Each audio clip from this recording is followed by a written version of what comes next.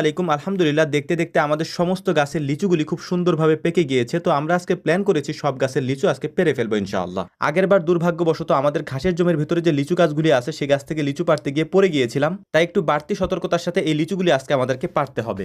যদিও যে গাছ থেকে আমরা লিচু পাড়তেছি এই গাছের লিচুগুলি একেবারে চালের উপরে থাকার কারণে চালের উপরে দাঁড়িয়ে দাঁড়িয়ে এই লিচুগুলিকে আমাদের পাড়তে হচ্ছে একেবারে সহজ পদ্ধতিতে। আলহামদুলিল্লাহ, লিচুগুলি বেশ সুন্দরভাবে পেকেছে মাশাআল্লাহ, এটা দেখতেও খুব সুন্দর লাগছে। প্রতি বছর লিচু পাড়তে গিয়ে অনেক সমস্যার সম্মুখীন হতে হয়, তার মধ্যে অন্যতম হচ্ছে ঝড়ে এই লিচুর ডালগুলি ভেঙে যায় এবং লিচুগুলিও নষ্ট হয়ে যায়। এর পাশাপাশি বাদুর বা অন্যান্য পাখিতে এই লিচুগুলি খেয়ে ফেলে, তবে এবার এরকমটা কোনো কিছুই হয়নি। মোটামুটি আমাদের এইদিকে এই সিজনে সবার লিচু পাড়া হয়ে গিয়েছে, তবে আমরা একটু পরে পারতেছিলাম যেহেতু এগুলি আমরা বিক্রি করব না, যে কারণেই পুরোপুরি পাকা পর্যন্ত আমরা অপেক্ষা করেছিলাম যে একেবারে পরিপূর্ণভাবে পেকে গেলে তারপর আমরা পারবো। তবে কিছু লিচু এখনো পর্যন্ত কাঁচা রয়ে গেছে যেগুলি আমরা এখন পারবো না। এখানে যে লিচু গাছ থেকে আমরা লিচুগুলি পারতেছিলাম এই লিচু গাছটাই হচ্ছে আমাদের বাড়ির ভেতরে সব থেকে বড় গাছ। এই গাছটা কয়েকবার ঝড়ে ভেঙে গিয়েছে, তারপরও আবার আলহামদুলিল্লাহ এটার মধ্যে লিচু ধরছে।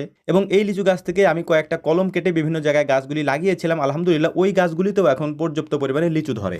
যে লিচুগুলি চালের উপরে দাঁড়িয়ে পারা যায় সেগুলিকে আমরা পেরে নিচ্ছিলাম এখান থেকে, আর বাকি যে লিচুগুলি আছে ওইগুলো গাছে উঠে তারপর আমাদেরকে পারতে হবে, সেটাও আমরা করবো ইনশাআল্লাহ। কারণ এখন যদি আমরা এই পাকা লিচুগুলি না পেরে ফেলি তাহলে আশেপাশের কোনো গাছে এখন আর তেমন লিচু নেই, যে কারণেই সমস্ত পাখি বা বাদুর আমাদের এই পাকা লিচুগুলি এসে যে কোনো মুহূর্তে শেষ করে দিয়ে যেতে পারে, যেটা এক রাতেও লাগবে না। চালের উপরে দাঁড়িয়ে যে পরিমাণ লিচু পারা যায় সেটা আমরা পেরে নিয়েছি। এখন মূলত কাজ হচ্ছে এই গাছে উঠতে হবে, গাছে উঠে তারপর গাছের বিভিন্ন ডাল থেকে লিচুগুলিকে আমাদেরকে সংগ্রহ করতে হবে। লিচু গাছের ডালগুলি স্বাভাবিকভাবে একটু নরম হয়, যে কারণে হচ্ছে হালকা একটু বাতাস হলে ঝড় হলে এই ডালগুলি ভেঙে যায়। বিশেষ করে এই যে গাছে আমরা উঠেছি এই গাছের বিভিন্ন জায়গায় বিভিন্ন ডালগুলি ভাঙা। আর যেহেতু মাত্র কয়েকদিন আগে লিচু গাছ থেকে পড়ে গিয়েছি তাই আলাদা একটা সতর্কতার সাথে এই গাছে আমাদেরকে উঠতে হবে যাতে করে পড়ে না যায় বা ডাল ভেঙে না পড়ি। মোটামুটি আমার দ্বারা যতটুকু সম্ভব আমি পেরেছি। এখন আমার এখান থেকে নেমে যেতে হবে, কারণ বাকি যে ডালগুলি আছে ওই ডালগুলির উপরে যদি আমি যাই নিশ্চিত ভেঙে পড়ে যাবো, এই কারণে এই রিস্ক নেওয়া যাবে না, আমার নামতে হবে। এখন যে পরিমাণ লিচু আমরা পেরেছি তার বেশিরভাগ লিচুই হচ্ছে পরিপূর্ণভাবে পেকে গিয়েছে। এখন আর কোনো লিচু তেমন একটা কাঁচা নেই, যে কয়েকটা কাঁচা ছিল সেগুলি আমরা রেখে দিব, পারবো না, কারণ কাঁচা লিচুগুলি পেরে কোনো লাভ নেই, এগুলি খেতে তেমন মিষ্টি হয় না এবং